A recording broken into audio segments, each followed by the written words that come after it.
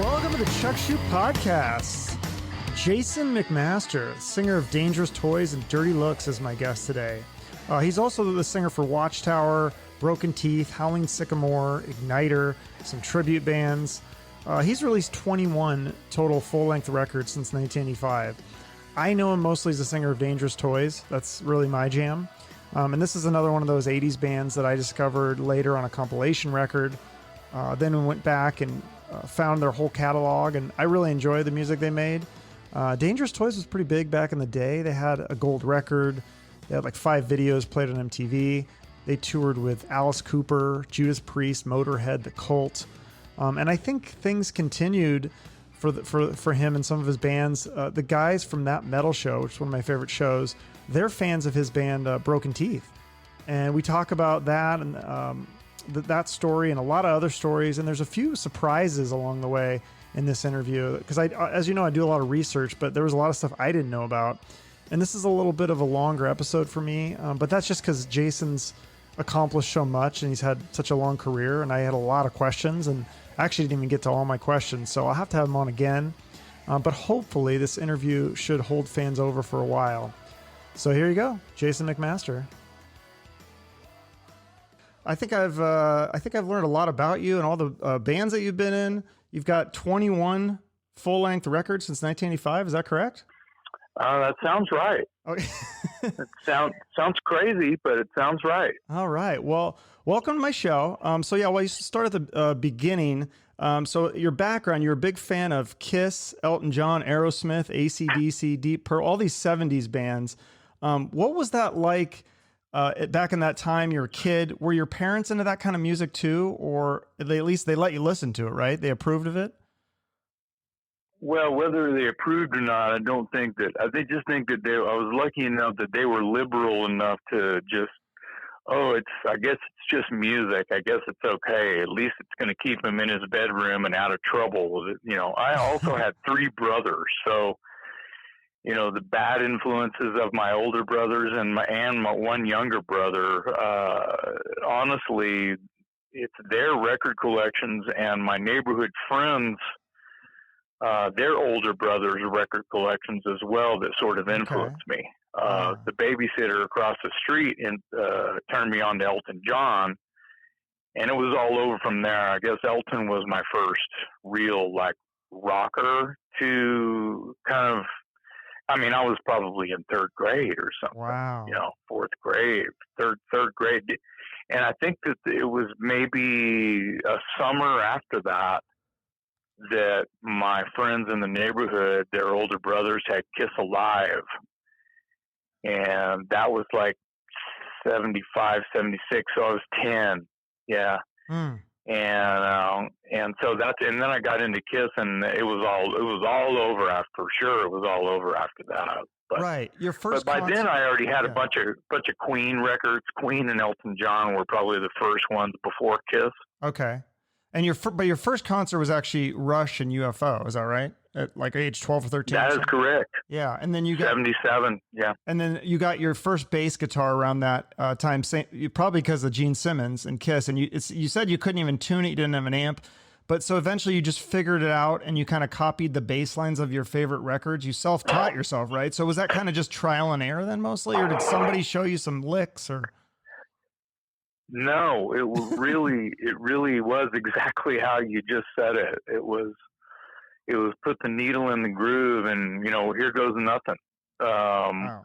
You know, trying to listen for, you know, what be the lowest note, you know, in the song, whether it be the opening or the bridge or the chorus or whatever, and just learn by tone that, you know, that fat string closest to you on the top is the lowest note.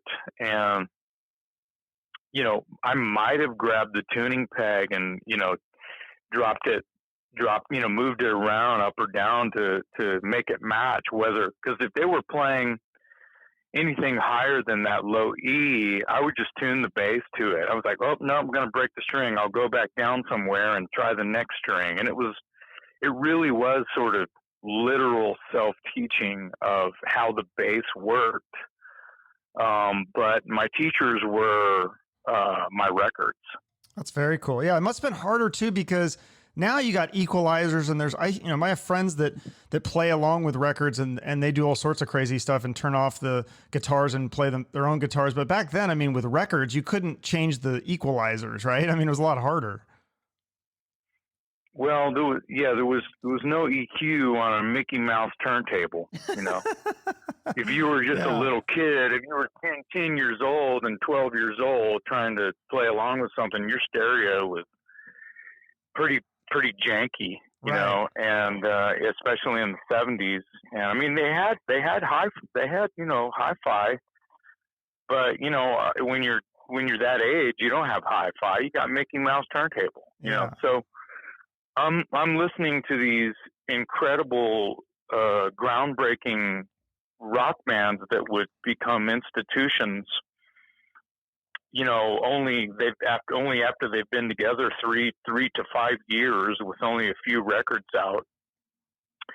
And they're you know, it's completely mind blowing, that because I thought that, you know, surely this is magic. I mean, how are they doing this? It's just human beings, and they look like they're wearing their mother's clothes, and but they're playing these instruments, and they're making these sounds, and they're talking about these wild, you know, the lyrics. I didn't know what they meant. It didn't matter to me what they meant. It was the sound. Mm-hmm.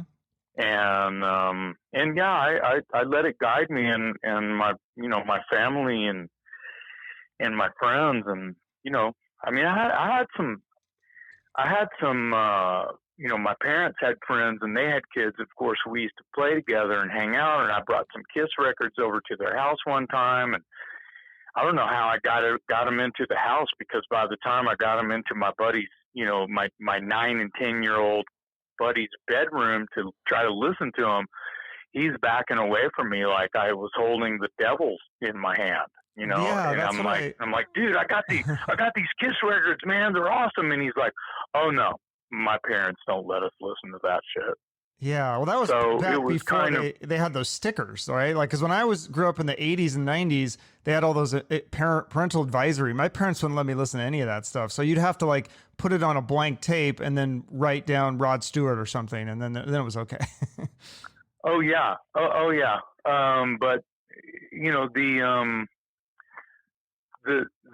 crazy thing is, Chuck, I didn't know what they were talking about.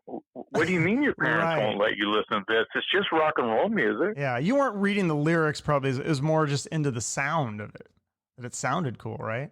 Well, back then the lyrics didn't really come with the record, you know, and it wasn't about the lyrics.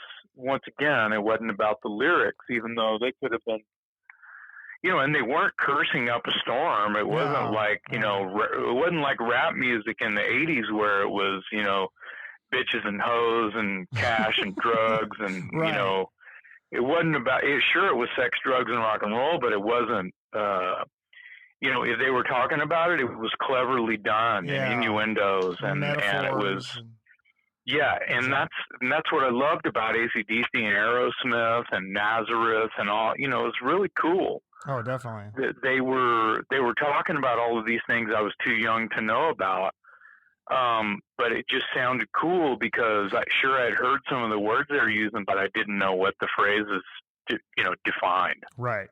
So then you ended up. Yeah. Sorry, go on.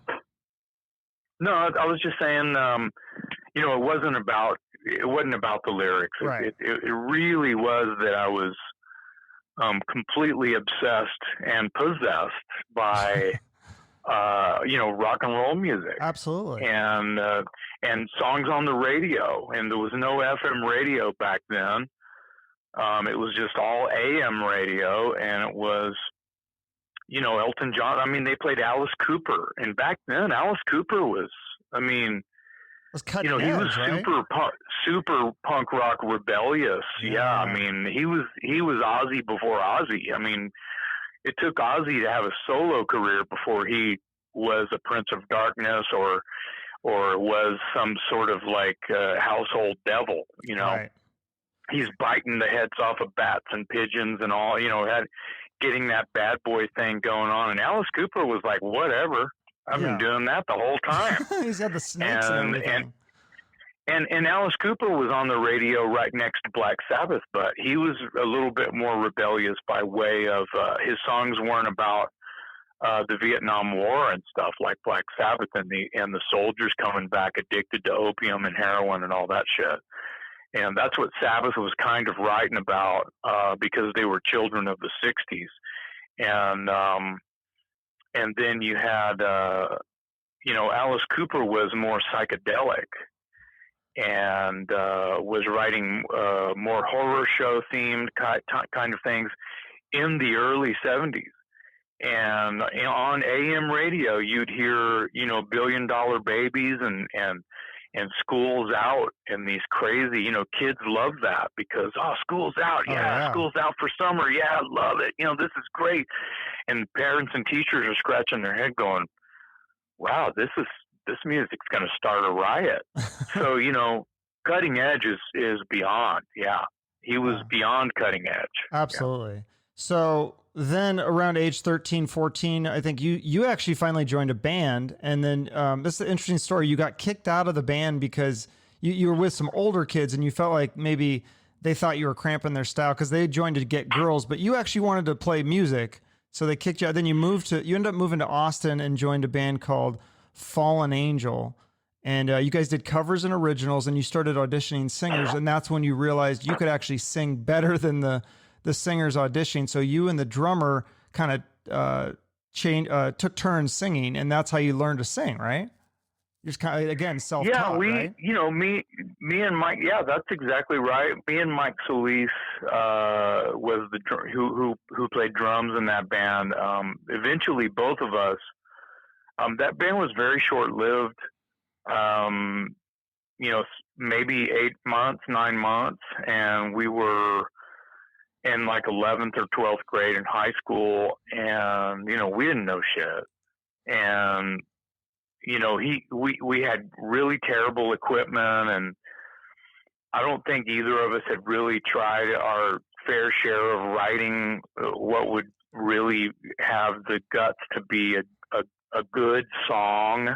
I think just jamming together was enough for us. I mean, we were just kind of like happy to be playing our favorite cover songs and happy that there were guys that we thought were cool that, wanted to jam with us. And that whole singer thing,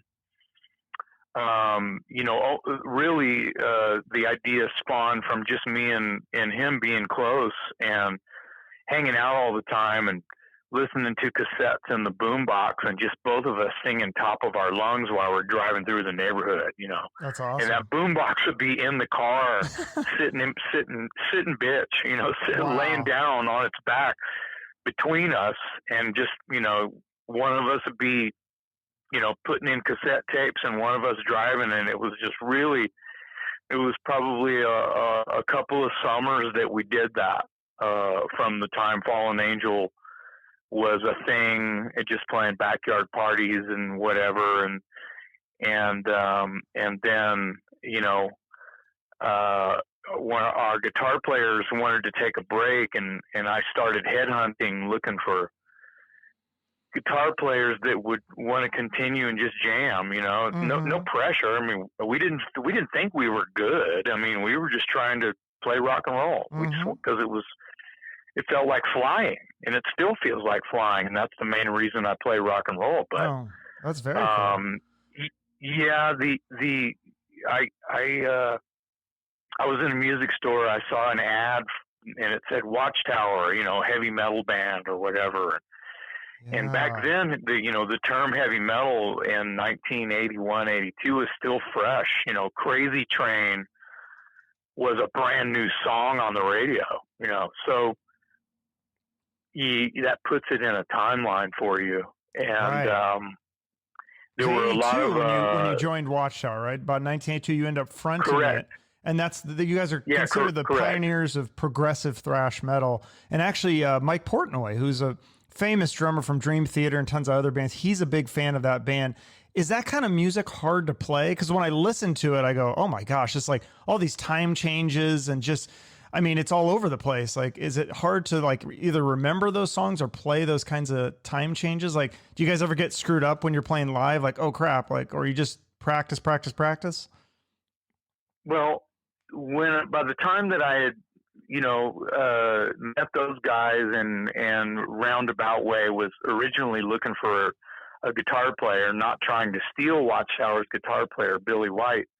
It was more like they had heard of me and I'd never heard of them, and I didn't know. I was fairly new to town still. I considered myself new to Austin, and I didn't have a whole lot of friends. That was changing quick once I was in school for a year or so, and that's how I met Mike Solis. But to finish it out, it was once I realized that these guys were amazing musicians and they were 16 years old, was kind of mind blowing. That they could play any Yngwie Malmsteen, Randy Rhoads solo, any Rush song at the drop of a hat. Wow. And they're still in high school. And your question's interesting because I feel like we rehearsed probably 3 or 4 times a week because it was like a drug, it was all we did. It was all we wanted to do. That's and awesome. That flying metaphor, it really is because it just made us feel like we were flying. That's very cool. It was really, when you're that young and you have something, comic books and rock and roll or something, as opposed to skateboarding and bike riding and whatever. I mean, we were all in that too, but we were just enamored with rock music, and those guys wrote these incredible magnum opus kind of.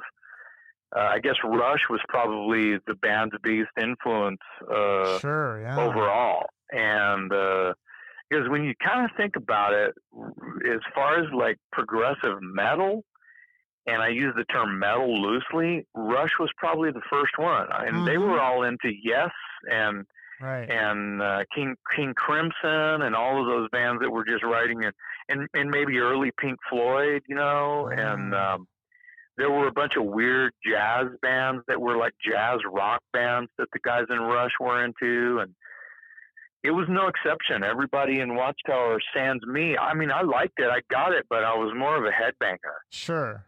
And because I give me Judas Priest over anything, any day. If I had to take something to a deserted island. Yeah. So you go ahead.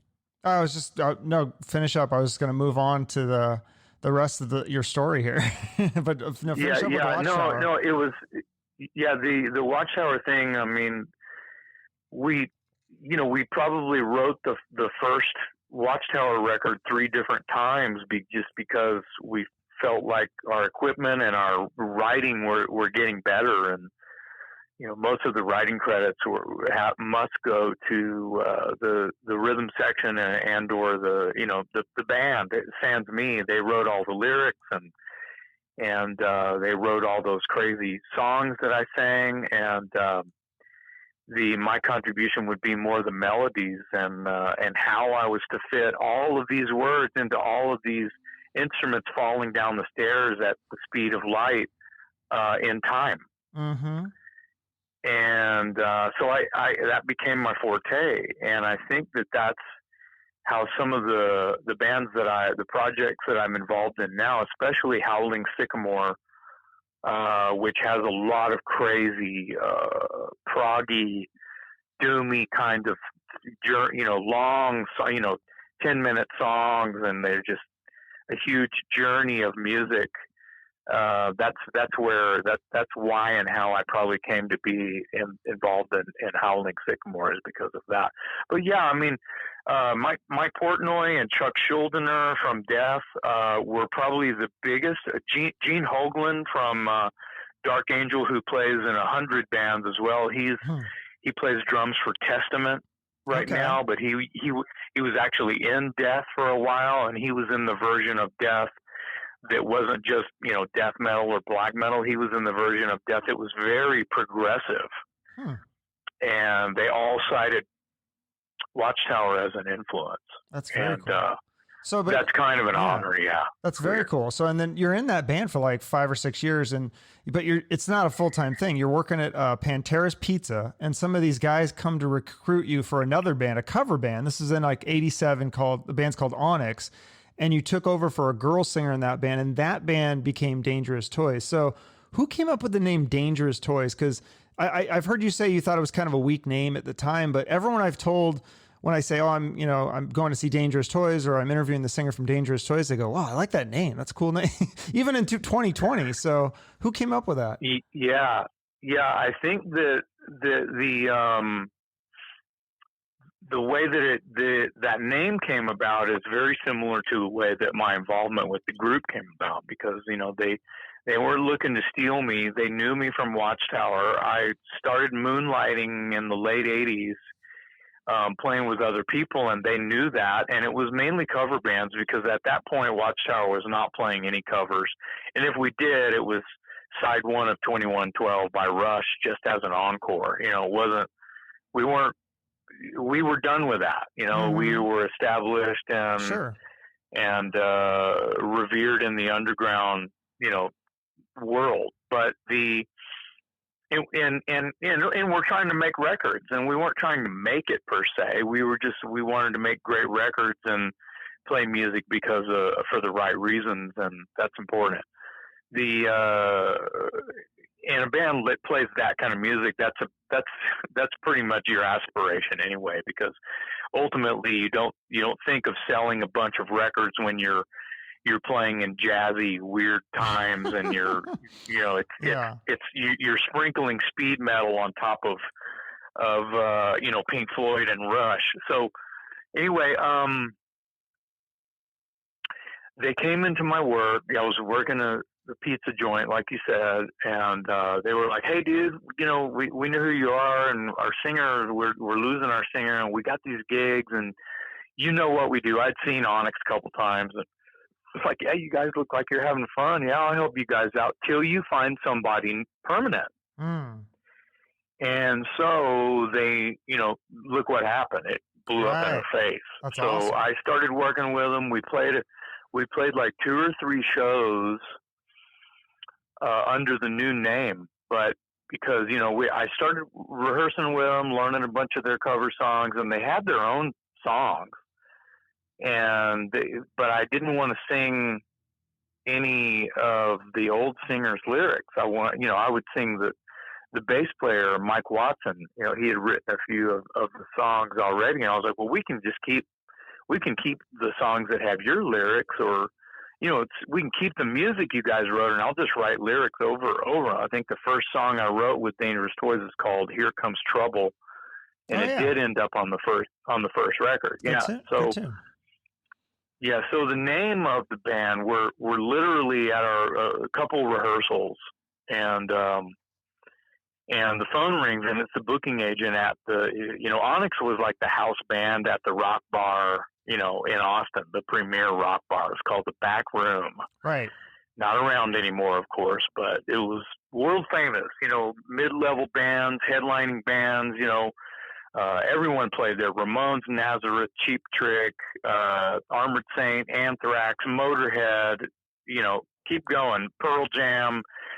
Before all of these bands became global successes, their first U.S. tours, they always played this sort of medium-sized stinky rock bar called the Back Room, and we were the house band there. So Onyx was the house band.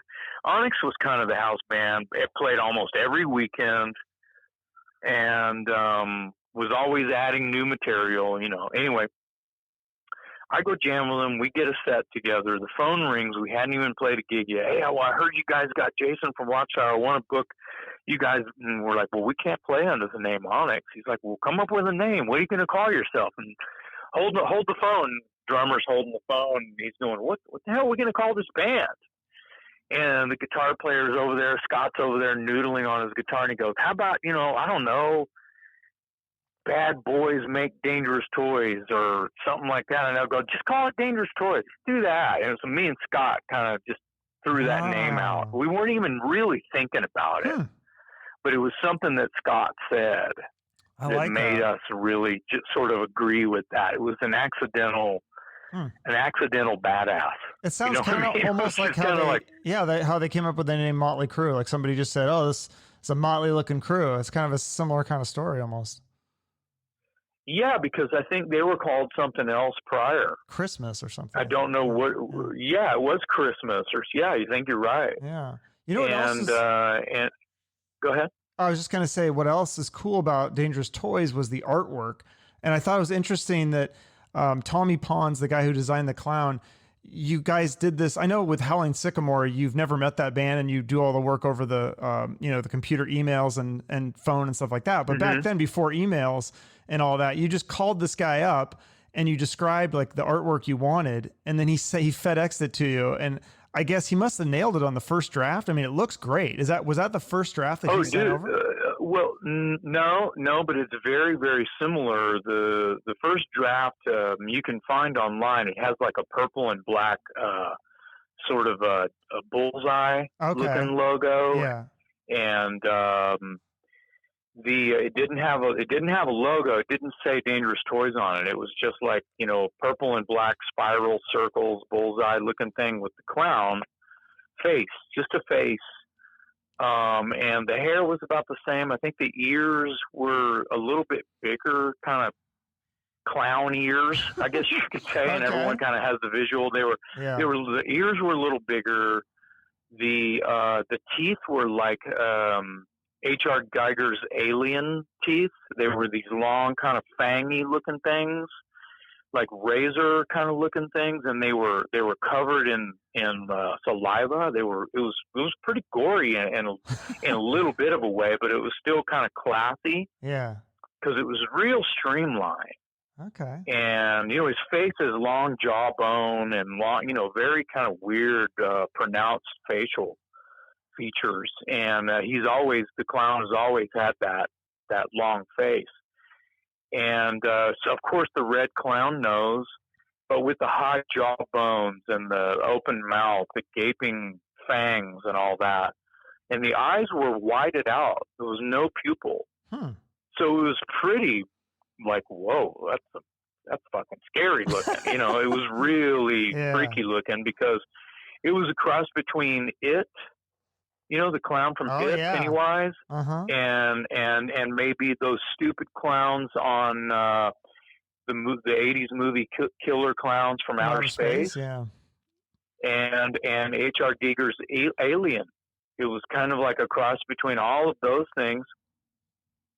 And to back up a little bit, so we had to, we were only together about 6 months before the band got signed. Like it happened like literally overnight. Yeah, you were discovered in the back room, but I know you guys played the second ever South by Southwest. Was that before you got discovered or after you had been signed? No, that's how that works. Is like becoming discovered is before you're signed. Becoming discovered is when someone sees you and goes, "Oh my God, I want to write checks to you and put you in the studio and put you on the road and give you a deal and yada yada yada." So that's how that sort of like timeline goes. So if I back up one more time, it'll kind of start to have a timeline for you. So 87, I start working with these guys, and we're called Dangerous Toys, and we're playing the local bars. That would have been October of 87. By March of 87, we hadn't really done a whole lot, but we were still playing around. And that would have been, March of 88 is when someone said, God, that's like that's 5 months after I started playing with them. Wow. So yeah, some bands wait years so March of for 88. all that, so that's pretty crazy. That's pretty quick. It's real quick. March of 88 was when Celine Armbeck from SBK Songs, which was then just a publishing company. I say just a publishing company, like, you're just a publishing company. But anyway, they had clout and from Los Angeles and was there because at the very first South by Southwest in March of 87, a year earlier, Celine Armbeck had been in town and was just probably at the back room and saw, or maybe downtown somewhere, saw Onyx play. She saw Onyx play. Okay. But it was Onyx with all the Toys dudes, sans me, right? Sure, I'm not there, so they have the girl singer, right? So she comes back a year later to basically sign Onyx, and so she's downtown again watching Onyx play, and Onyx had just gotten some new dudes, so she's got her new band, and they're playing the songs. And Celine Armbeck, who I didn't know who, I hadn't met her yet. She's downtown watching Onyx, and she's looking for some locals to talk to. And she was like, "This band's been around a while." Yeah. Oh, yeah. But see, this is her new band. She's like, "Man, I was here last year and saw this totally electrified, just kick-ass rock and roll band. These guys were crazy looking, and she was the singer, but it was a different band. Something's not right here." And he's like, "Well, they're called Dangerous Toys. They have this thrash metal singer singing for them, and they're blitz. You got to go see them. They're just killing it." And she's like, "Take me right now." And they paid the bill, and she had just met this guy, and this guy worked at the back room. And so she hops in a cab with this guy. His name's Bobby McNeely. So she hops in a cab, and they run down. It was only a few miles over the river, at just south of downtown. And so they come see. It's on a Sunday night, second ever South by. And back then, South by was purely music. It wasn't a film festival. There was no high tech because it's fucking 1987 or 88, right? Yeah. So there's no digital anything. It's vinyl and cassettes and just art. There's no film festival. There's no tech world. It wasn't a trade show. It literally was a hotbed for talent, for managers and publishers and shit like that to come down, record labels and shit to come discover talent. Yeah, that's so cool. And now it's a complete, I know, right? Yeah. It was all about the little guy back then, and it's not now. It's just it's a trade show now. And that's fine. See, I'm from Seattle. We used to have a thing called Bumper Shoot. It was it was a similar kind of music festival. It's free. And now it's like become this big thing. They have, comedians, and prices are through the roof, and it's totally changed. So it sounds you gotta buy a wristband. Yeah, probably something like that. Yep. Well, their wristbands are like $1,000 now.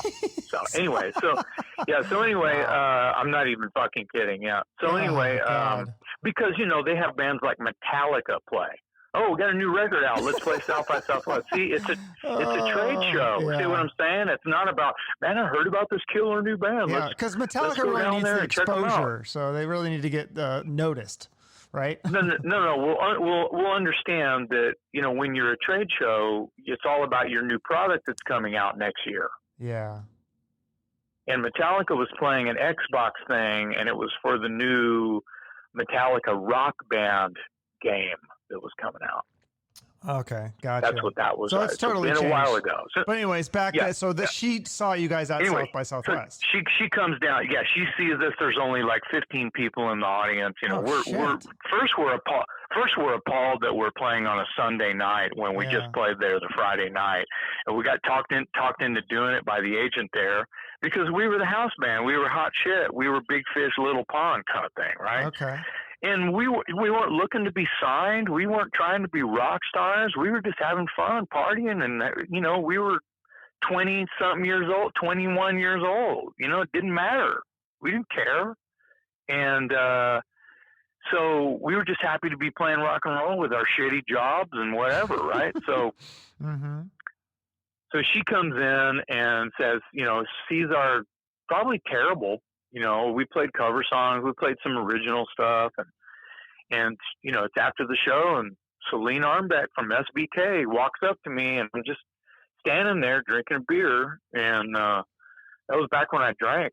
I've been sober for what seems like forever now, but so I'm just sitting there, and she comes up, and I am Celine Armbeck from SBK, and you guys were great, and I want to talk about a publishing deal because I think that we can record you guys and do some stuff. And MTV is super hot.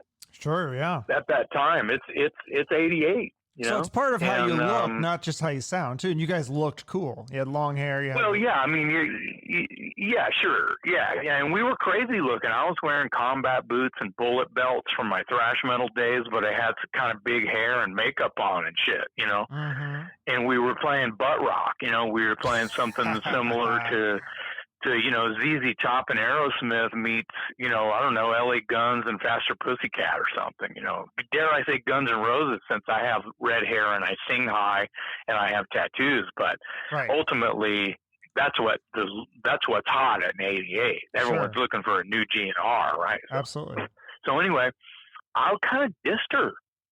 Chuck, I was like, nah, you know, I'm not even in this band. I'm in this cool thrash metal band called Watchtower, but they're standing right over there. Go talk to them. They're cool. Go ahead, man. You know, and I think I dissed her. I might have been kind of dickish to her. And I did. Wow. I wasn't trying to. You know, it's like I was pissed because, man, it's Sunday night. I wish I was, you know, at home or something, you know, whatever. So the funny thing is she hung out with them all night long. And they called me the next day, the Toys dudes. They called me and they said, hey, that lady from LA, she was legit. Wow. She was totally legit. And you know, cause I mean, you know, there's no internet. There's no way to look up SBK music or SBK songs and look up her name. You can't just sit there, hold on, I'm going to see if you're legit before I talk to you, you know, like you can now. Yeah. And, so, you know, they had to extensive hangout with her to figure she was legit. And they called me and go, man, she's legit. And let's go back 1 month prior to that. I was dating a girl that had sent a cassette tape. One side was a live performance of Dangerous Toys, and the other side was the brand new April of '87 demos that Watchtower had just cut.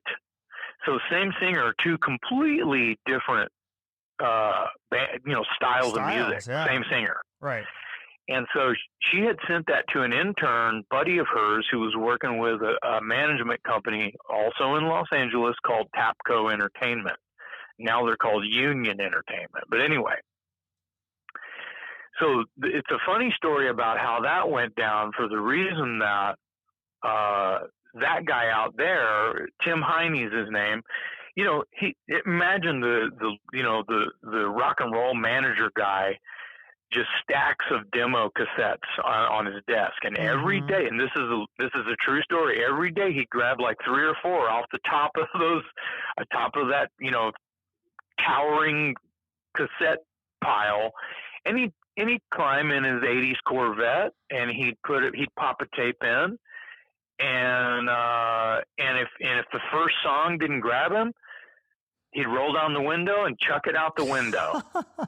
It's littering on the 101 on the Ventura Freeway or whatever in LA County or whatever, right? So, and then he'd pop in another one. Same thing. Nope, out the window. Nope, out the window. Well, he popped it in and heard "Teasin' Pleasin' by Dangerous Toys." Like a live recording of our earliest, most archaic version of that song. He heard that song and he pulled over and picked up his giant brick, like, you know, old army cell phone that he actually, his car phone, you know? Sure, yeah, I remember with the curly cord on it. Yeah. And he calls his intern, he calls his intern from his '80s Corvette in 1988, early 88, and goes, "Who are these guys? Get me on the phone. Where'd you get this? Where'd you get this tape? I gotta hear and see these guys. I gotta meet these guys." So he had been calling us and talking to me and trying to get me to quit Watchtower. And he had been calling us saying, you know, I think Teasin' Pleasin' is a hit, man. We got to do something with this. And he was basically like super cool guy. Wasn't blowing smoke up my ass. He totally believed in the material. He was like, you know, I remember something Tim told me. He was like, "Where were you about 10 years ago?" You know, it's rare we find somebody who can belt it like that in Los Angeles. It was, you know, a bunch of just clowny bullshit, you know. And he really he respected what I was trying to do, and he respected what I was doing with Watchtower and everything. But he really thought that the iron was hot because of the GNR and the whole LA scene, and Sunset Strip was, banging right then, right? Sure. And here we are, something different, being we're from Texas, Right. And really liked it. And he called me about every week, and he'd stay in touch with Mark, the drummer from the Toys, and so we had been talking to him for only a few weeks, Chuck, and then we meet Celine via the South by Southwest, and she had never heard of Tapco Entertainment or any Tim Heine, so we put them together. Oh. They had lunch the week later, and they made a plan, and there was a contract that said, there was a contract drawn out by both of them. It was a production company, publishing deal, all-inclusive management deal by both companies, Tapco Entertainment and SPK Songs,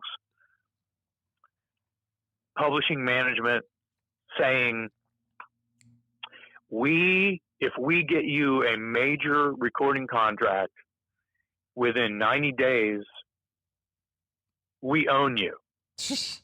Wow. Basically, right? Okay. If we don't get you a major recording contract, that you think is doable and signable, in 90 days, just burn this just tear it up, and you're free to go. That's a pretty good deal. Yeah, and we never left town. You know how bands like, well, I'm packing up the van, moving to LA, and gonna eat, bologna sandwiches for 6 years, however long it takes me to make it. None of that ever happened. So they went out and got the record contract for you from Sony or Columbia, I think. Well, we had the showcase, but the point is, Chuck, is we didn't leave. We slept in our own bed every night. That's nice. We didn't sleep on the street or in the back of our car trying to make it. Right.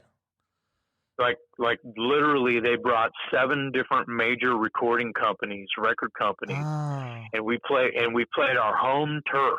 That's nice. We played the back room. They came and saw us at the back room in front of our home crowd. That's very cool.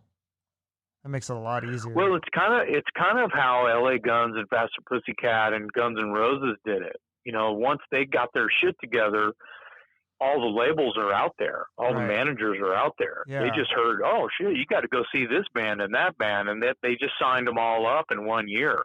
Gotcha. So then you get signed, and then you get signed, and then you work with producer Max Norman for that first album, and he's a legendary producer. Right. He's known for his work with Ozzy and Megadeth. And you said that Crazy Train. All you got to say is Crazy Train. And you basically lived with him for 3 or 4 months, and you said that you got to hear a lot of Randy Rhoads stories from him. Is there one story that he told you about Randy Rhoads that sticks out? Not necessarily.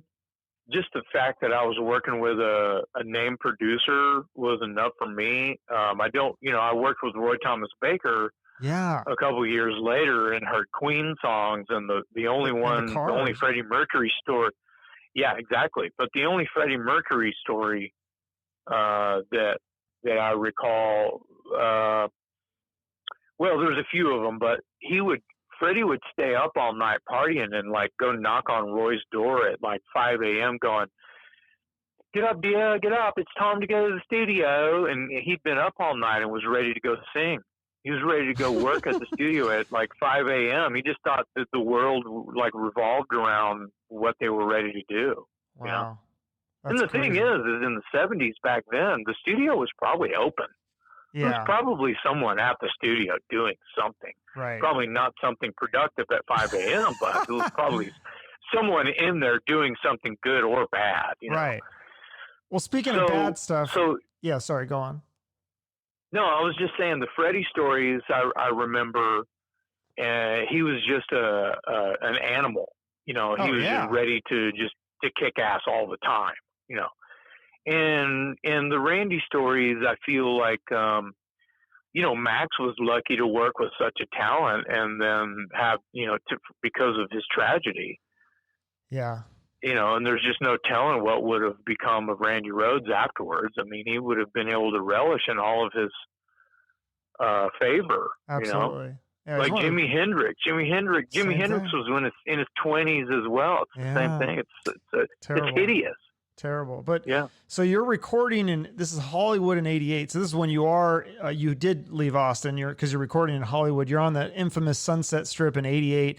You said it wasn't uncommon to just walk down the street and see like LA Guns or Guns N' Roses just walking around. I mean, that must've been kind of surreal. Oh yeah. Someone from any of those bands was always hanging out at a bar, the Cat House, or, there was a bunch of different ones, Exposure 54, of course, the typical Rainbow and the Roxy and stuff like that. There was more too. I just can't think of the names of them right now.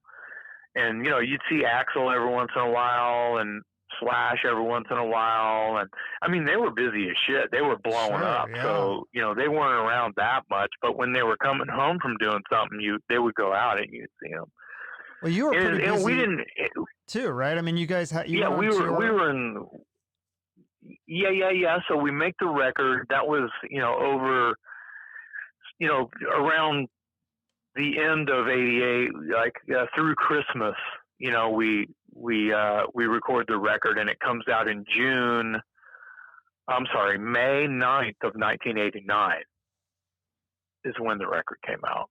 And we had shot a couple of videos, and we'd be in and out of LA making videos or, just working on material or whatever, but we never really left Austin. Okay. We never really That was still your home permanently moved. Yeah.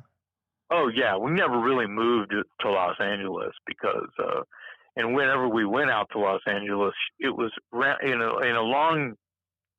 a hidden, sort of like ignorance. We were footing the bill for everything because everything the label did pay for at the time, we learned a word. That word is recoupable. Right. Everything had to be paid back via record sales or T-shirt sales or, money the band had garnered from touring or whatever, and eventually had to pay those bills. So yeah, but anyway, that's just how it is. They don't tell you that when you think about all the glitz and glamour about, getting a record deal. And, that's when the real work begins. You think you just kick back after that. The songs don't sing themselves. They don't write themselves. You have to be, there's where your obsession and your possession with your craft has to kick into super high gear. Sure. Well, so then this is kind of your peak. You got the Teasin' and Pleasin'. It was on Dial MTV for like 3 months, I think. And then you had the Scared, the single, and the music video came out. You had a song on the Shocker soundtrack. You tour with LA Guns, Tortora, Junkyard, 3 of my favorite bands. Tour with the Cult and Bonham. Did you learn anything from touring like with the Cult? Because they had been pretty successful at that point. Did they give you any pointers or anything? Or not necessarily. They were super nice to us. Ian, the singer, gave me some leather pants. He gave me some cool jewelry, and he was probably just cleaning out his closet. But anyway, I took it. Yeah, I was very gracious. And Billy Duffy gave one of my guitar players a Gibson Les Paul. I think it had a crooked neck on it, but it was probably an $800,000 guitar or something. Maybe a $1,000 guitar. wow, And they were nice to us. That's and very cool. Yeah, it was very cool. I rode on Ian's bus with him quite a bit. I think what the deal is he was trying to, and don't really quote me on this. This is just the feeling that I got, that he was trying to not drink.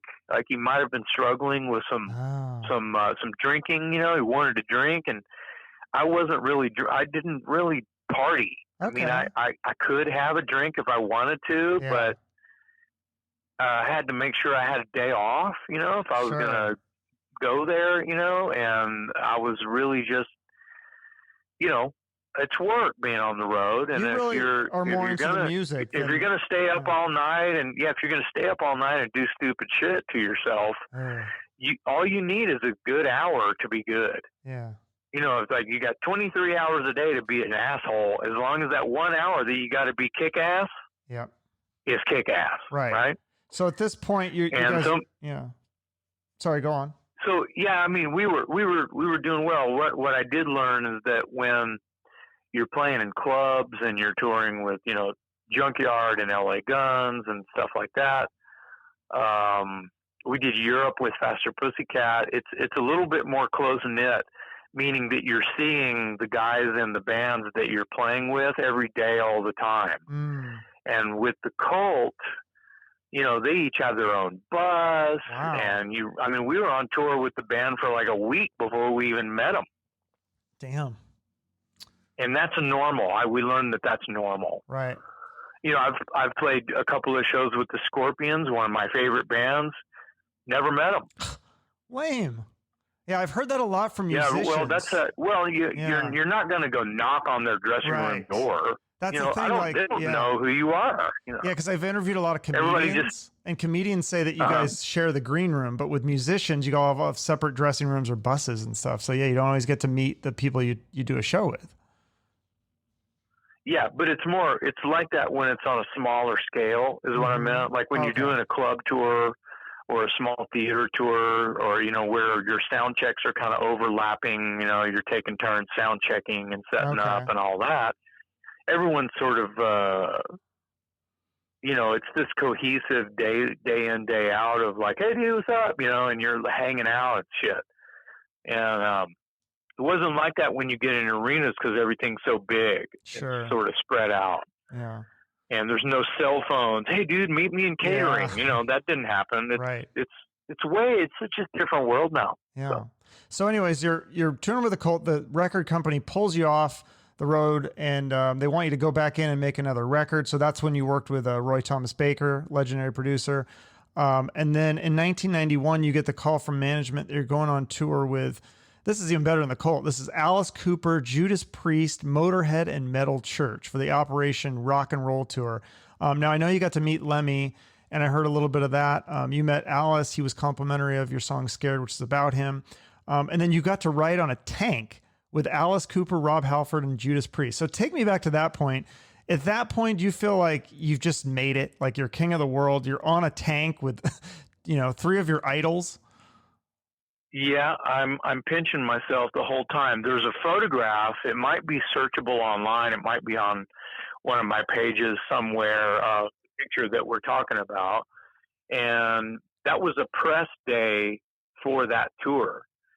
And for some reason, Metal Church wasn't there, and for some reason, Motorhead wasn't there. But it was Los Angeles press day.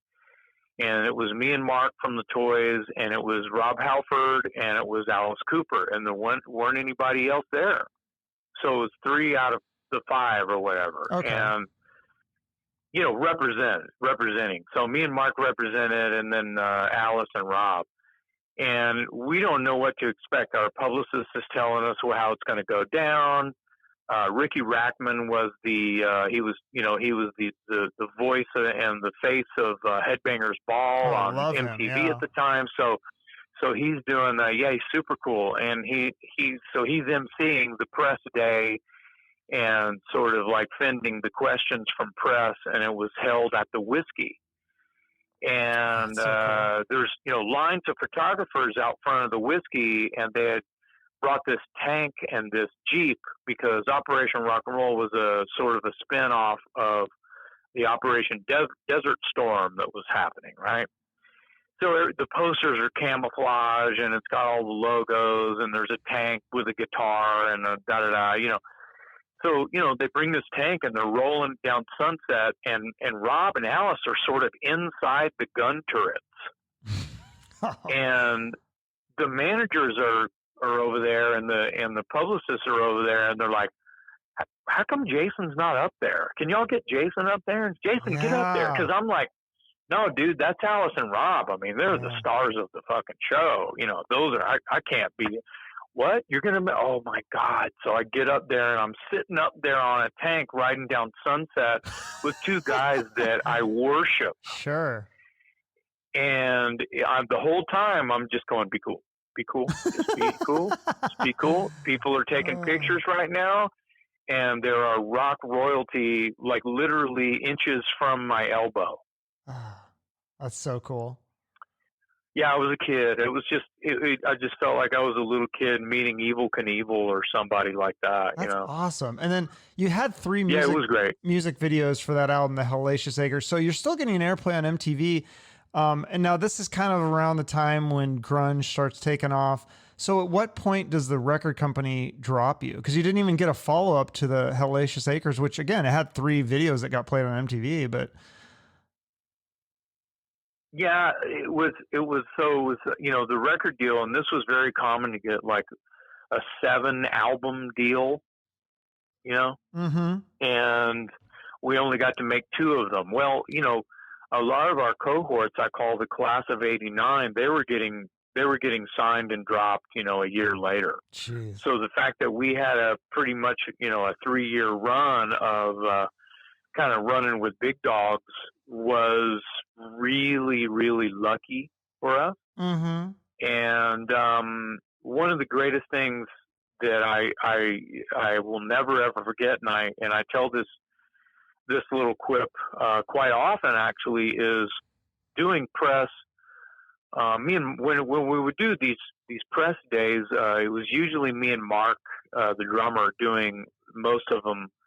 And when there was like multiple like interviews to be done in a matter of days, we would set up interviews with the other guys. The other guys would do some, and me and Mark would do some, and I would do some by myself, etc. And whatever was a good match, that gave a good interview. So, Mark said in more than one interview, but it was a really good thing that I didn't ever have to go fishing. Hey, tell him that thing. It was just something that he said that made a lot of sense to us, and that is that, this is all fleeting.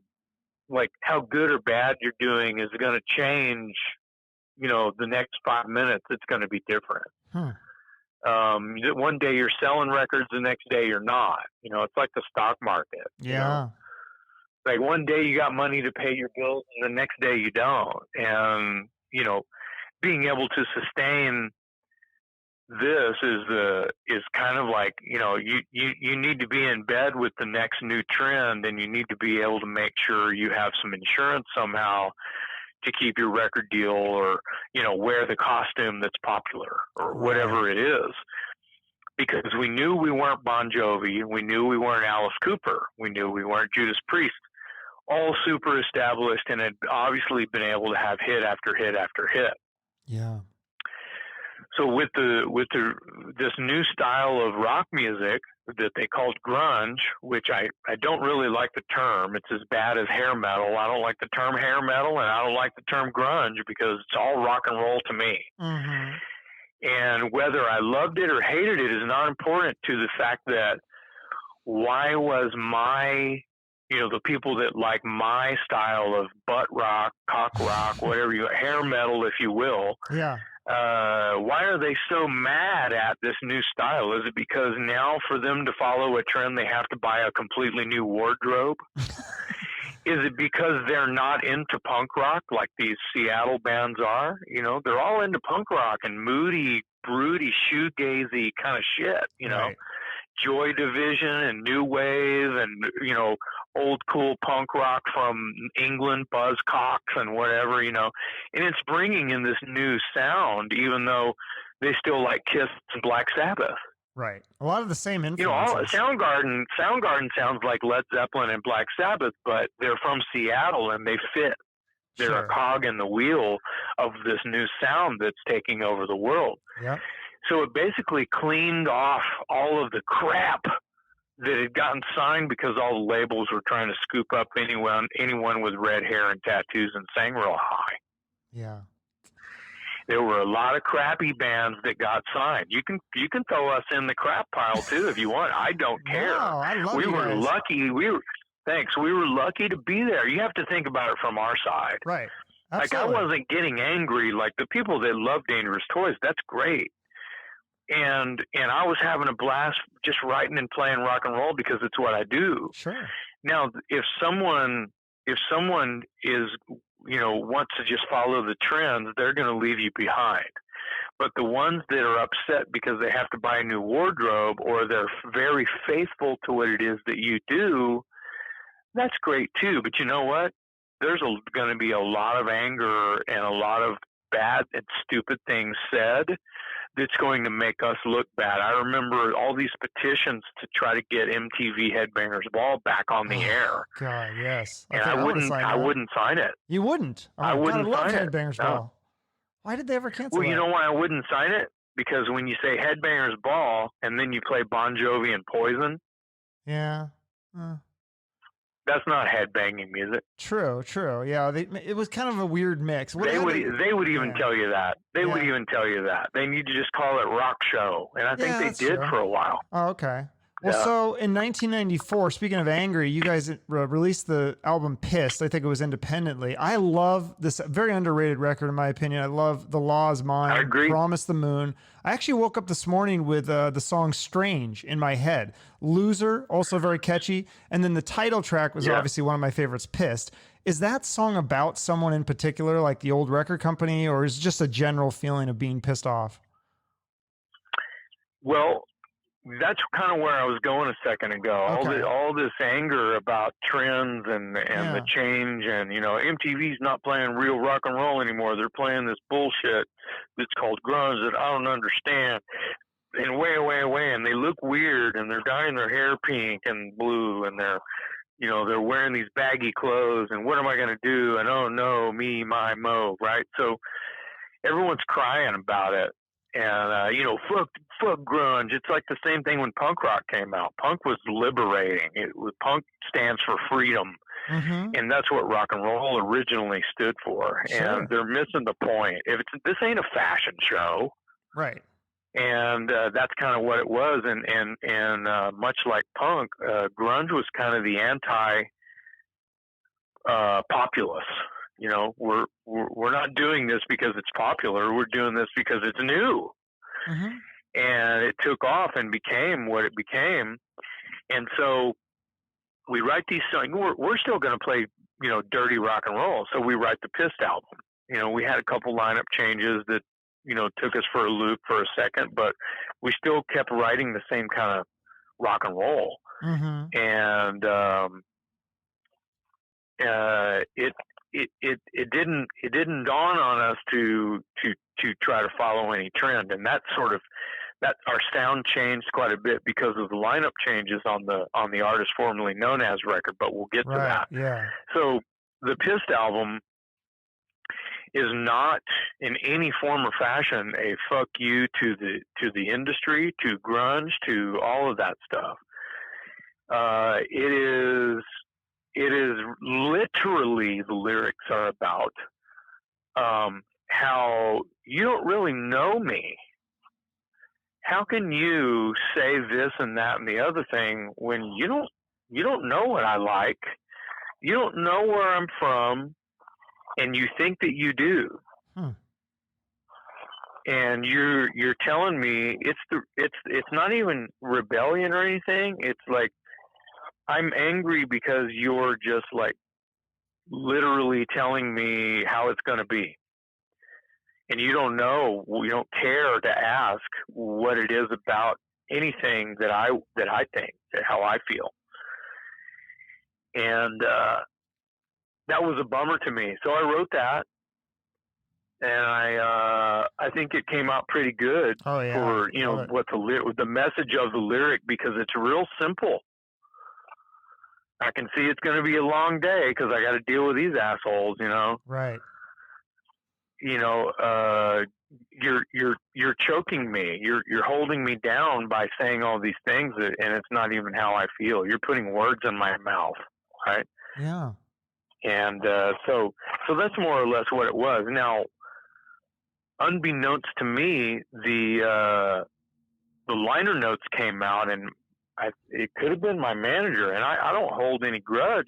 I don't know who wrote the liner notes, but there's this long-winded, this fucked system, this, we love the people who stuck by us, to all the radio stations and lawyers and thanks for everyone who stuck up for us, and da-da-da-da-da, and it's like, maybe it was that some people in my camp, maybe not even standing right next to me on stage, not even my bandmates, but maybe my manager was upset more than I was because he knew we weren't going to be as lucrative. I don't know.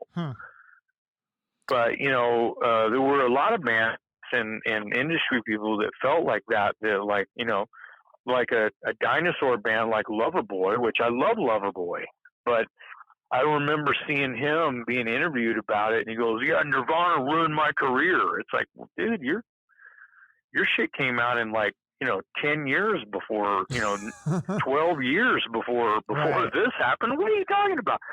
And it was interesting, because and that's what I didn't like. Interviews turned to that, rock and roll interviews were about, so what do you think of this new thing, grunge, huh? Are you selling as many records as you were last week? And I'm like, what? I don't want to talk about how many records I've sold.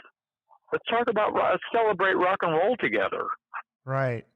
So at that point, anyway, though, you were dropped from that label. You're doing independent, and you had the artist formerly known as. So at this point, Dangerous Toys, is this more still a full-time thing, or are you guys have to get day jobs and it's more of a side thing, or how does that work?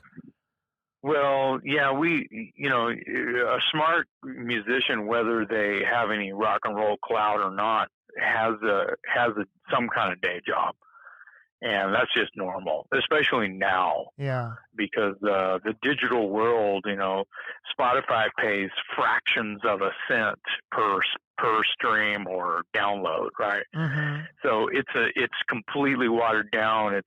There's no dollar in it at all. It's just fractions and fractions of pennies, and so no one's making money on that.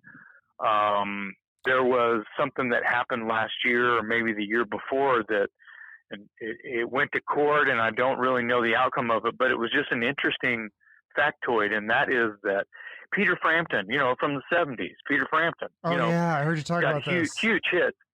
He's got huge hits, Ooh Baby, I Love Your Way. He's killing it, right?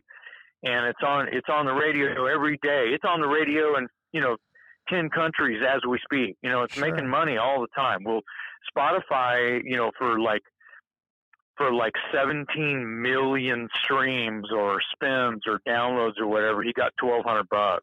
It's crazy. So you made enough to pay back your record company, because like you said, you had to pay back everything they gave you, and you got a gold record for your first album? No, it doesn't really work like that. Let's say, your record's still in print, and you're lucky if it is because of the digital world, still in print, so you can buy the CD somewhere. But it's mainly downloads, Yeah. At that point, by 90s, it was still CDs were still kind of new, and the downloading and stuff, but they weren't doing vinyl anymore. Yeah. So that was weird. So it was CDs and maybe cassettes sometimes. We make the Piss record. It comes out on CD and cassette, not vinyl. And we tour. We record the record in LA with Mike Watson. March of '94. We come home. The bass player quits. Mike Watson quits, and we get Michael Hannon from Salty Dog to do the tour on bass. So we do a couple hundred shows. Michael Hannon goes back to Ohio, where he's from. He was living in Hollywood at the time, but he went back home to Ohio. We started writing without Mike Watson and without Mike Hannon on bass. I played bass on all the demos. Same engineer and producers that did Piss, did the artist formerly in Texas with me on bass. And the songwriting was different because we had lost a couple of original members. In '94 on the Piss album, we got Paul Lydell from Dirty Looks. We were huge Dirty Looks fans, so it was like he was a huge Dangerous Toys fan, so it was we were gay for each other, It was a great match, and we were close. It was awesome. He's just great. He's just so good. Like bro love, total bro down. Love that band, love that guy. Well, yeah, and you would end up later being the singer of Dirty Looks, which we'll get to that, of course, too. But yeah, well, kind of. So huge fan. I mean, huge Dirty Looks fan, and we all were. So '94 we get him. We go make the record. And then we do the tour with Mike Hannon on bass because Mike went to school for a while. He rejoined us in '99, but the point is we made R-Tist as a 4-piece and toured it as a 4-piece. The material was very different. I mean, there's a song that kind of sounds like Smashing Pumpkins. There's a song in there that's kind of heavy like Pantera or something. There's a song that sounds like Ministry. This is all, I'm just spitballing right here as to where the tunes were different. Sure. And what it was is because since we had lost Mike Watson, and it was just such a weird time, and no one can say that they weren't affected by it.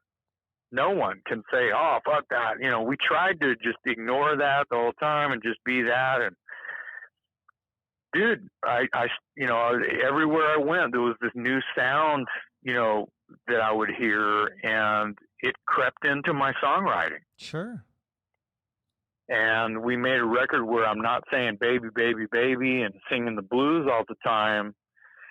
I started writing, some of it's kind of love songs. Some of it's actually softer than your typical Dangerous Toys rock and roll boogie woogie. And some of it was much heavier. So the artist formerly known as is called the artist formerly known as Dangerous Toys, kind of like the Prince spinoff. Yeah. Because of the material. And because of the lineup changes. Yeah, and you same singer, guitar player, drummer, but you thought of changing your name, but you'd use that as the title for the album. But no, I think there's some good too. I like Heard It All. I like Share the Kill. It is definitely a little bit of a departure, but and then you did a lot of other different bands during the last 20 years or so. You've gone back with Watchtower a little bit. You've done Broken Teeth, which you described as a AC/DC but pissed. Ignitor, which is kind of you've described as Dungeons and Dragons metal. You've got a bunch of tribute bands. Sad Wings as Judas Priest, Kill 'Em All as Metallica, Sick as Kiss, and then Texas Metal Outlaws. Is that covers and tributes as well? Is that like a one-time thing? And then Howling Sycamore. That was the Texas Metal Outlaws was a one-time project of just a bunch of Texas metal guys, and the record is. There's a couple of good songs, but it's kind of, the recording sessions were, there's a lot of people turning in tracks and they're inconsistent with each other. And it was a fun little project, but it's not a band. Yeah. Yeah. And then Sick hadn't done a show in 25 years. So there's that. But, Sad Wings plays once a year. Kill 'Em All plays maybe twice a year. So those tribute things are just for fun. Yeah. That's cool though. Yeah. And then the Howling Sycamore. And, it's a blast. You've never played live with Howling Sycamore because you never met those guys. You've had 2 albums, but you've done it through the power of the internet and stuff, right? That's right. Yeah. And then Evil United. Right. Well, Evil United has 3 records out. Howling Sycamore has 2 records out. Broken Teeth has been around 20 years. We have like 8 records out. None of these are really new at this point. Ignitor has a new record coming out in August called The Golden Age of Black Magic. And Howling Sycamore those guys are writing. They're writing a 3rd Howling Sycamore record right now. That's cool. And I'm excited to hear what that's going to be because that material is a trip. Yeah. You guys think you'll ever do a show for that band? Well, if we did, it would be like a showcase. Okay. Because I've never met them, we've never rehearsed. Yeah, for sure. And then so we'd have to rehearse. And then you were brought in to be the singer of Dirty Looks. Now, did that just not happen because of the quarantine and all that stuff, or is that going to maybe reschedule some of those shows? That's correct. That's been rescheduled. Okay. There is an October 3rd date in Selinsgrove, Pennsylvania. And so, is being in so many bands, is that out of necessity, or just a love of the music, or a little bit of both? Well, it's an honor to be asked. Yeah. Have you ever thought of doing I've said no to a lot of cool shit. Really? What'd you say no to? I heard you were asked to join Pantera at one point. I was not asked to join Pantera. I was asked to do an audition. Audition, sorry. They called me once. Yeah, they called me once, and then they called me twice, and both times I was like, man, I'm in the middle of doing something. Yeah. You know, I'm in the middle of really trying to, you know, get this band, you know, off the ground, and it's nice to be asked. Plus, you have to remember, I was in a weirdo thrash metal band for almost a decade, and during that decade, for the most of that decade, Pantera was like a glam rock band. Mm-hmm. Right. Yeah, that's true. A lot of people don't know that. And so when they started to write, you know, really heavy, powerful, sort of almost thrashy kind of, you know, angry metal, you know, bro metal or whatever, I think some people call it for fun. You know, that was, you know, this is before Cowboys. You know, I hadn't heard anything from Cowboys, but I had heard plenty of their other stuff with a different singer. I think they had, you know, if I would have gotten that gig, I would have been on the record that would have been the Power Metal album. Okay. That album called Power Metal. Yeah. So that would have been,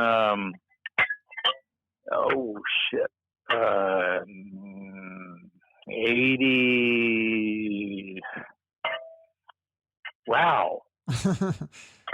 89? Wow, that's a no. 88? Because Cowboys from Hell was that 1990, record came out, I think. Yeah. So, but Power Metal was a couple years prior to that. Sure. So probably 88. So, yeah, it would have been 86 or 87. Oh, okay. And when Sebastian left Skid Row, Snake Zabo called me a couple times and him and Rachel really wanted me to audition for Skid Row. I was going to ask you about that, because I think that would have been a great match. Well, so did they.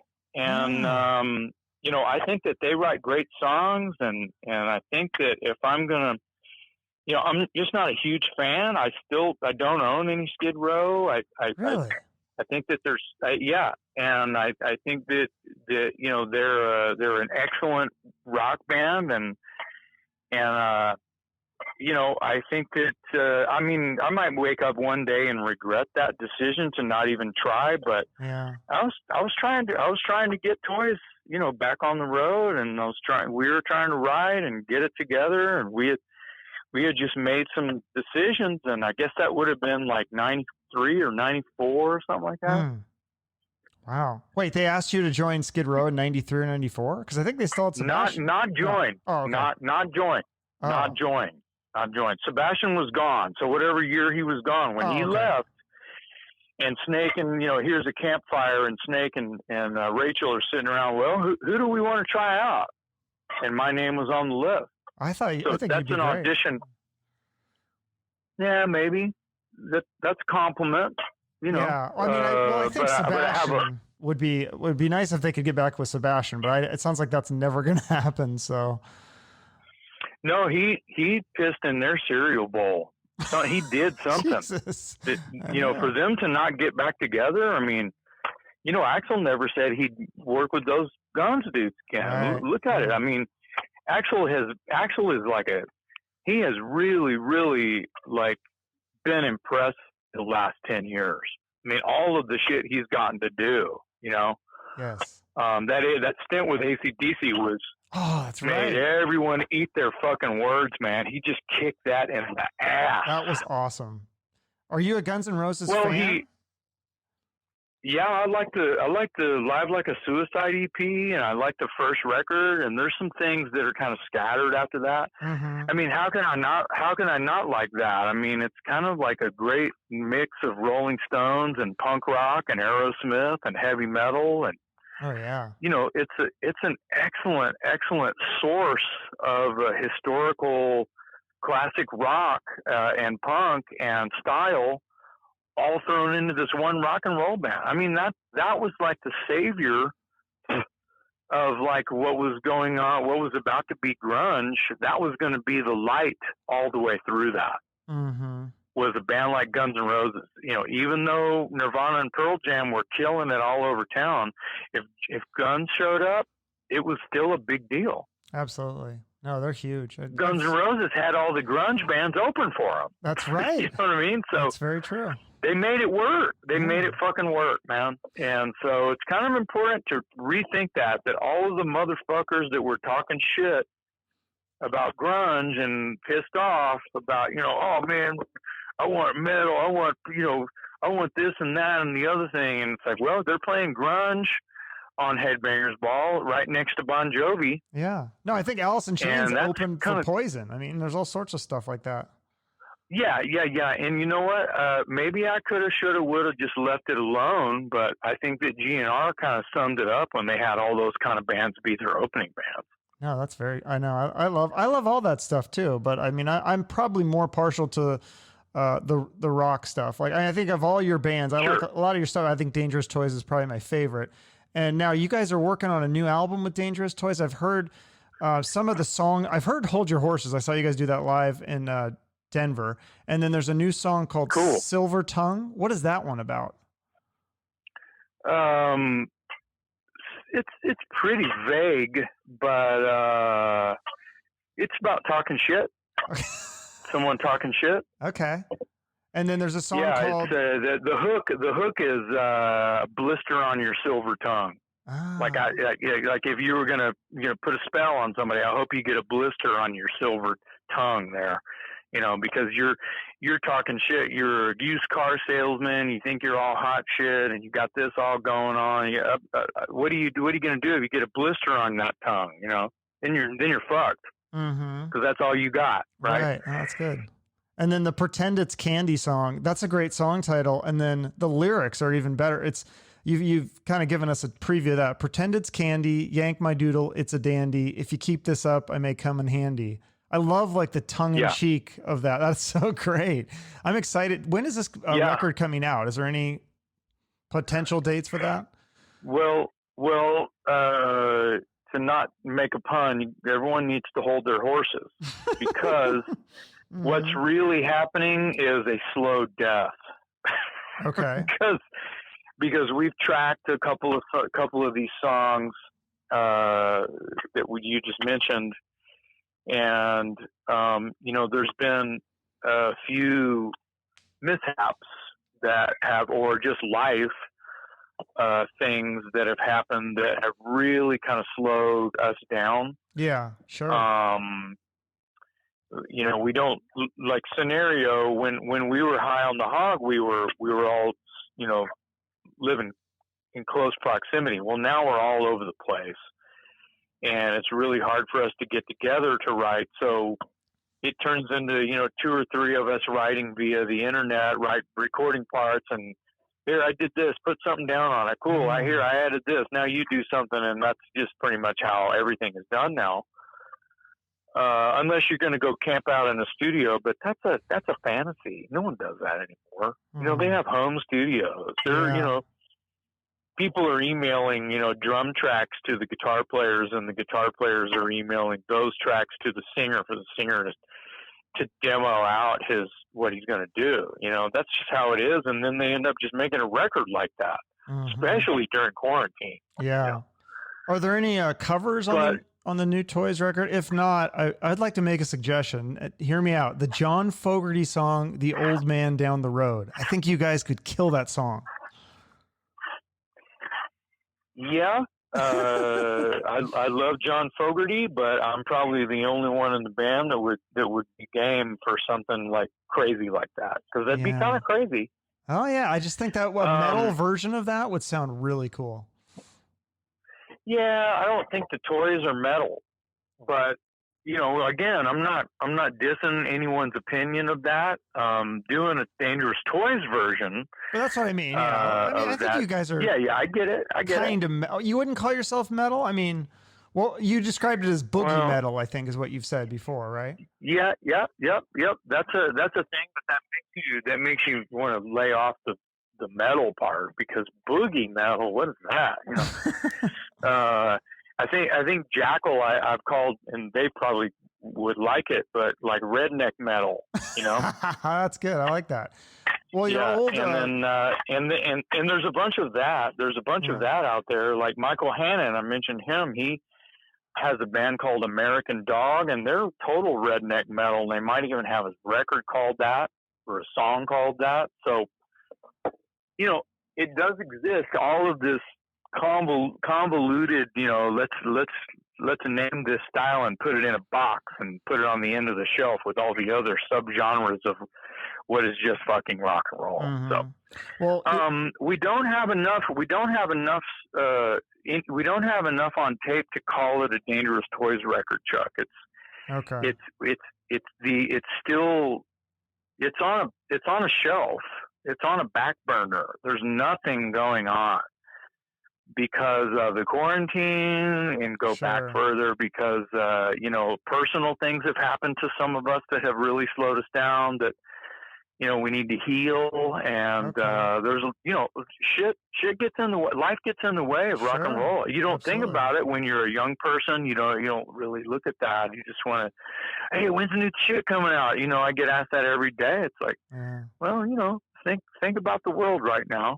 I got an email the other day. When are you guys playing in my town? Blah, blah, blah. Well, if you take a look around, no one's playing right now. I don't know what you're talking about. No one's playing right now. Why are you asking me this stupid question? So, well, your old, you know, tour mates, Tora, they're going to release a 5-song acoustic EP. Would you guys ever do that for the Toys? Like, I think Promise the Moon, Heard It All. Those might sound really kind of cool acoustic. Would you ever do like a little acoustic EP? Well, the last thing I want to do is make my drummer play a tambourine. True. Yeah, I can. Because what people know you for, they really expect that. Yeah. You know, bunch of old fat dudes with balding long hair, you know, skullet kind of thing going on, trying to fit in their skinny jeans. Yeah. Playing acoustic just sounds and looks in my mind like a funny, retarded video. It doesn't sound good to me. I'm not calling anyone who's doing that old or fat or bald or anything. I'm just trying to create a scenario to get myself out of you thinking it's a good idea. So that was supposed to be good. I'm glad you're laughing. That was supposed to be funny. Yeah. You're not loving my ideas right now, but let's see what. That's okay. It's not, you know, don't take it, dude. Please don't take it personal, man. I'm just trying to keep it real.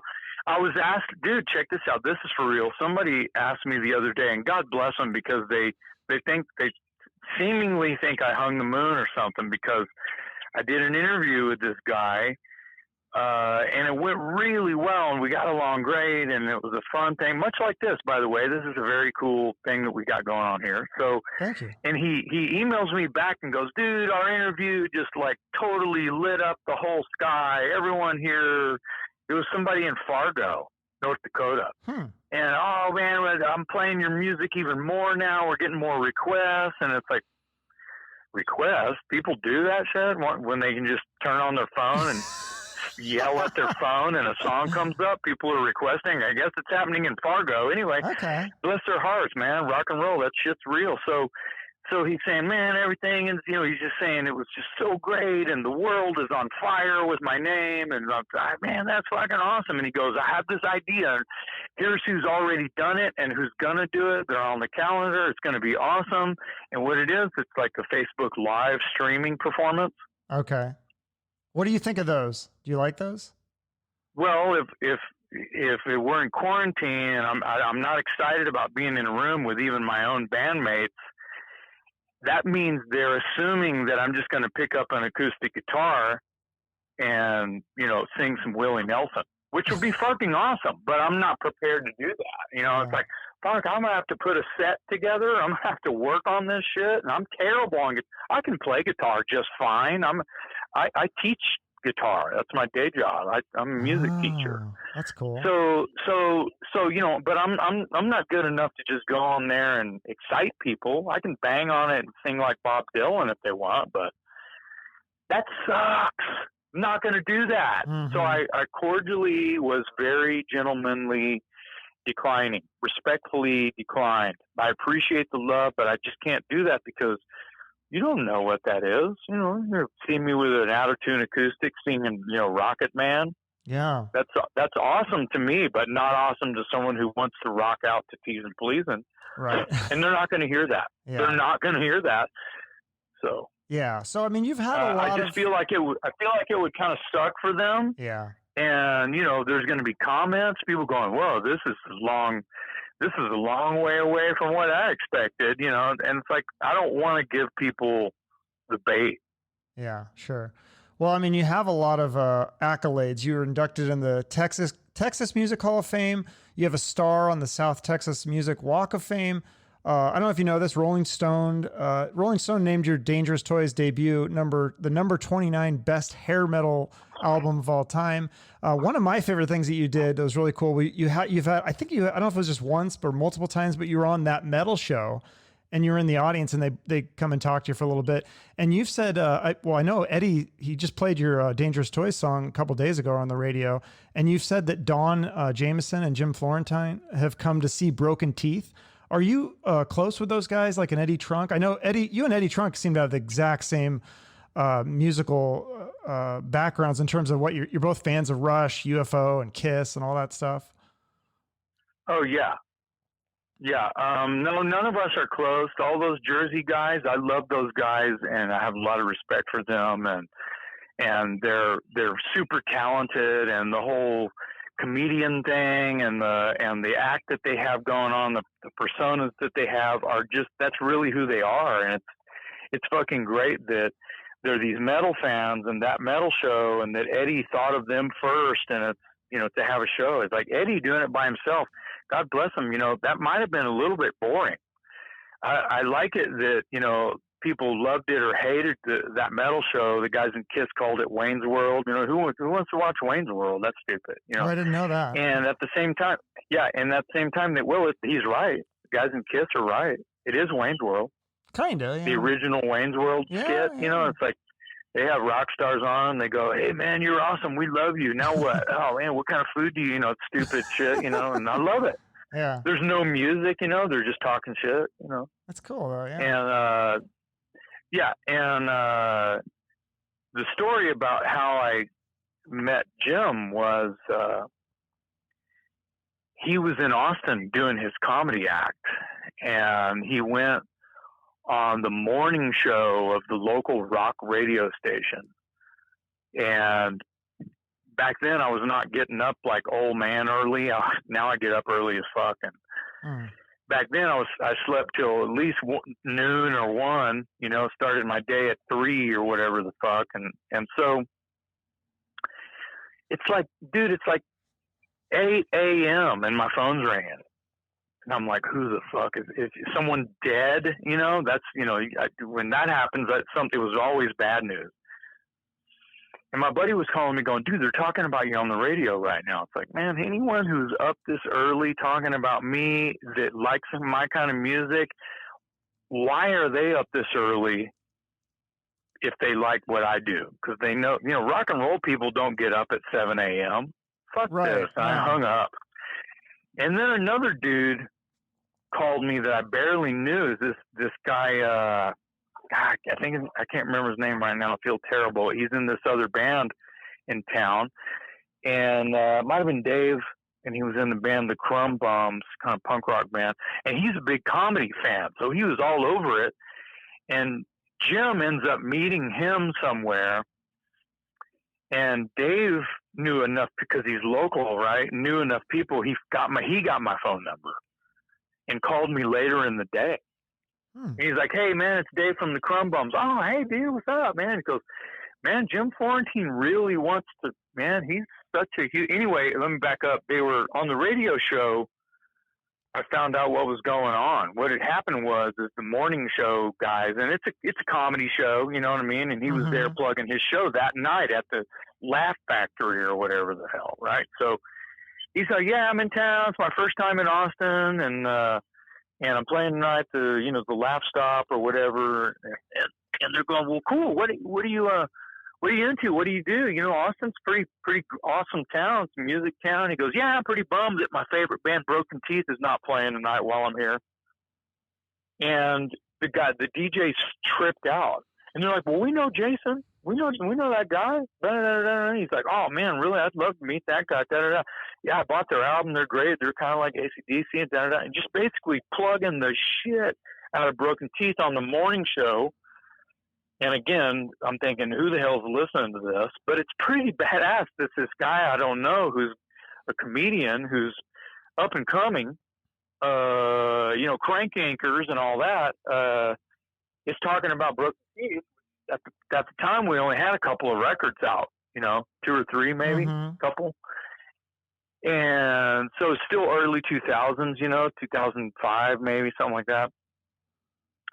And so later on in the day, Dave Crumbum calls me and says, dude, he loves Broken Teeth, man, and he's going to put you on the list, and was hoping that can I give him your phone number? Because I'm kind of in the lobby of his hotel right now. Oh shit, okay, fuck. And he's like, yeah. I'm like, yeah, give him my number. So he calls me, or I called him, or whatever, and we chat. We make a plan, and I showed up to his gig that night with a backpack full of swag. Broken Teeth that's shit. That's so cool. And I brought you a gift, man. And he talked about Broken Teeth in his act that night. Hey, you guys like rock and roll? And the whole crowd, yeah. This guy, Broken Teeth, I'm really in, and he usually uses one of his favorite bands in his act somehow, Yeah. So there I was sitting. Here's this chick, and she's doing this and she's doing that, and I'm listening to Broken Teeth while she's blowing me or whatever, and blah blah blah blah blah, and then the punchline or whatever. So he just mentioned, he's not telling a joke about a band. He's using the band as fodder, right? Telling a story. Give you a little publicity. That's good. Anyway, right. So, and this is pre Monsters of Rock cruises and all that, and so now it's just historical. That metal show, and they talked about Broken Teeth, and they always mention me on there, and sort of a roundabout alumni kind of thing. Yeah. Well, that's how rock and roll people are, man. It's a family. Yeah. Is there any other new bands? I know you like Danko Jones and Airborne. Are you a fan of like Greta Van Fleet, who's kind of like a Led Zeppelin sounding band, or the Struts, who are kind of like sound like the Queen? I mean, it seems like there's a lot of these retro sounding bands popping up. Do you like those, or are you more just into the original stuff? I'm more into the original stuff, but I appreciate someone who's wearing their influence on their sleeve, because I sure do. So there's a whole lot of bands, the bands you mentioned, they're great. But this sounds terrible. I don't go out and buy their records, but if there's a New Testament record or something like that, I'll go buy that, if there's a new Danko, I'll try to buy that. I usually don't have to, because he's sending me that shit before it's even out. Yeah, that's really cool. So and there's a lot of like stylistic bands that are just really badass, that are flying the flame, flying the flag, just like Broken Teeth is. It's a dirty, fast rock and roll that's still not heavy metal, but I think you think that it's heavy metal because it has a classic sound, yet it's brand new. See what I mean? I love that about all of the bands you mentioned. I think that it's important. And being a music teacher, I'm hearing about those bands, and or maybe having to learn how to play one of their songs in order to teach it to my student. So there's that. Yeah. So you work with the kids at School of Rock? That's your day job? And adults. Oh, yeah, and adults I teach. Too. Okay. I teach all ages. My youngest student is a 6-year-old, and my oldest is probably 50. Oh, that's super cool. Well, I like to end each episode 15 years. talking about charity. You mentioned the Central Texas Food Bank. Can you tell me a little bit about the work that they do? I mean, sounds pretty self-explanatory, but yeah, there's not really anything else to say about it. They feed thousands in Central Texas every day, and people donate. I'm sure that people donate money all day long, because much like all of the other foundations and charities, very little money can buy a lot of meals for a lot of people. Sure. And just people on welfare, and people who just aren't doing real hot right now, mentally and socially, because they've had to adapt and they don't have the resources. They have to drive their car, and good thing gas is cheap. They have to drive their car and sit there in their car in line and expose themselves just to, that's bad, but you know what I mean, to Right, to the virus, to just get some food to make it through the week. And you know, I'm not suckered into all of the you know, the commercials and the ads, but you know, I think that to try to give some back here locally. I mean, Texas is a big state. Sure, yeah. And I think that everyone's going to be fine throughout this, because I just have a lot of hope. But I really think that it's a good idea for everyone to try to give to their local food bank. Absolutely. That's very cool. Well, you've accomplished so much in your career. I know you're not done. I look forward to that new Dangerous Toys album, however long it takes to do that, and hopefully some shows. Is there anything I've left out or anything else you want to promote? No, you know, the new Ignitor, the possibilities of a new Howling Sycamore within a year or so. Hopefully Dangerous Toys will get off our slow old ass and do some more recording, because we have a bunch of songs. Yeah, so, yeah. you know, that's not the problem. Sure. But I'm looking forward to making a lot of new music for people. You know, I'm still writing and teaching, and I'm still alive, and I feel blessed. That's good. So yes. Thanks for having me on your show and letting me talk about rock and roll. That was a lot of fun. Yeah, it's my favorite thing to do is talk about rock and roll. Absolutely. So well, anytime. You're welcome back. Thanks so much for coming on. All right, Chuck. Have a good one. You too, Jason. Bye-bye. Bye-bye. This was such a fun interview. I love talking metal and rock music, especially with one of the best people in the business. So I want to thank Jason for coming on my show.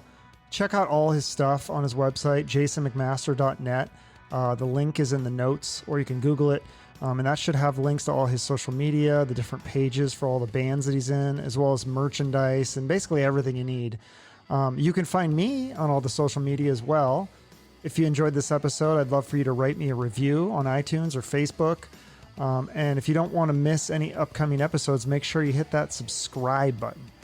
Thank you so much for listening and making it through this episode. I hope you have a great day or night.